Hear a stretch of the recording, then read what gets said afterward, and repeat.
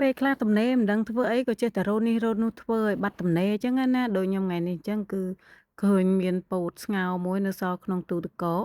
ហើយមានផ្កាមានពងទាប្រៃស្រាប់បងប្អូននឹកឃើញយកមកលីងពោតដាក់ពងទាប្រៃតើបងប្អូនមកមើលរបៀបលីងពោតរបស់ខ្ញុំមើលតែខ្ញុំលីងត្រូវក្បួនត្រូវខ្នាតគេអត់ដំបូងខ្ញុំដាក់ប៊ឺបន្តិចចូលសិនឲ្យវាលាយហើយបាទខ្ញុំដាក់ពោតហ្នឹងយកទៅលីងពោតនេះគឺពោតតំណើបទេដែលយើងទិញមកញ៉ាំហ្នឹងប៉ុន្តែនៅសល់ញ៉ាំអត់អស់ហ៎ ចឹងក៏ដាក់លាយពោតទៅតែបើធម្មតាគេយកពោតក្រហមយកមកលីងចឹងណាហ្នឹងហើយបន្ទាប់ពីលីងហើយខ្ញុំក៏ច្បល់ឲ្យពងទាប្រៃដែលស្ងោរឆ្អិនហ្នឹងយកតែក្រហមហ្នឹងយកមកកិនឲ្យបែកម៉ត់សិនបន្ទាប់មកបន្តលីងជាមួយពោតយើងទៀតបន្ទាប់ពីពោតយើងមើលទៅឆ្អិនហើយរៀងក្រៀមហើយគឺយើងដាក់បង្គាក្រៀមចូលបង្គាក្រៀមហ្នឹងខ្ញុំបានលាងទឹកត្រាំទឹកស្អាតហើយបន្ទាប់មកយើងដាក់ចូលហើយគឺ លីងវាបន្តលីងរហូតទៅហើយបន្ថែមគ្រឿងបន្ថែមអីដូចជាស្ករហើយរ៉ូឌីបន្តិចចាហើយបន្តលីងទៀតជាចុងក្រោយគឺដាក់ពងក្រហមពងទាប្រៃហ៎បងប្អូនកិនម៉ត់ហ្នឹងយកមកដាក់ហើយឆាតែបន្តិចទៀតទេអឺញ៉ាំបានហើយខ្ញុំមិនដឹងថាខ្ញុំធ្វើត្រូវខ្នាតគេអត់ទេគ្រាន់ថាខ្ញុំ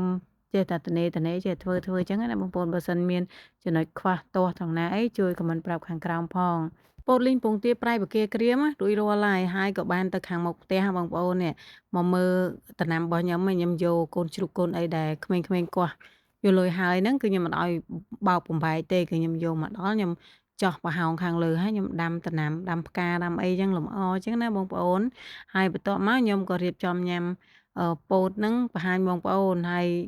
ពេលដែលកំពុងរៀបចំញ៉ាំហ្នឹងគឺកូនខ្ញុំមកចាំស្រាច់តែម្ដងចាសាស្អីក៏ញ៉ាំបានដែរមិនថាពោតលីងមិនថាពោតស្ងោរមិនថាដំឡូងល្ហុងទុំម្លឹកទុំអីហ្នឹងអូគេញ៉ាំបានគ្រប់សពគីឡូហ្នឹង35គីឡូហើយឲ្យតែទៅចាក់វ៉ាក់សាំងលើកណាពេទ្យប្រាប់ថាឲ្យសរុបគីឡូ10គីឡូឲ្យសល់តែ25គីឡូបានហើយតែធ្វើម៉េចមើលគ្រាន់តែថាញ៉ាំគឺមកដល់កន្លែងញ៉ាំគឺមកដល់កន្លែងធ្វើម៉េចស្រកទៅពេលខ្លះខំព្យាយាមបន្ថយបែកបន្ថយចំណីអីដែរប៉ុន្តែពេលបន្ថយពេលញ៉ាំអត់ឆ្អែតចឹងអូយកំសត់មែនទែនហើយពេល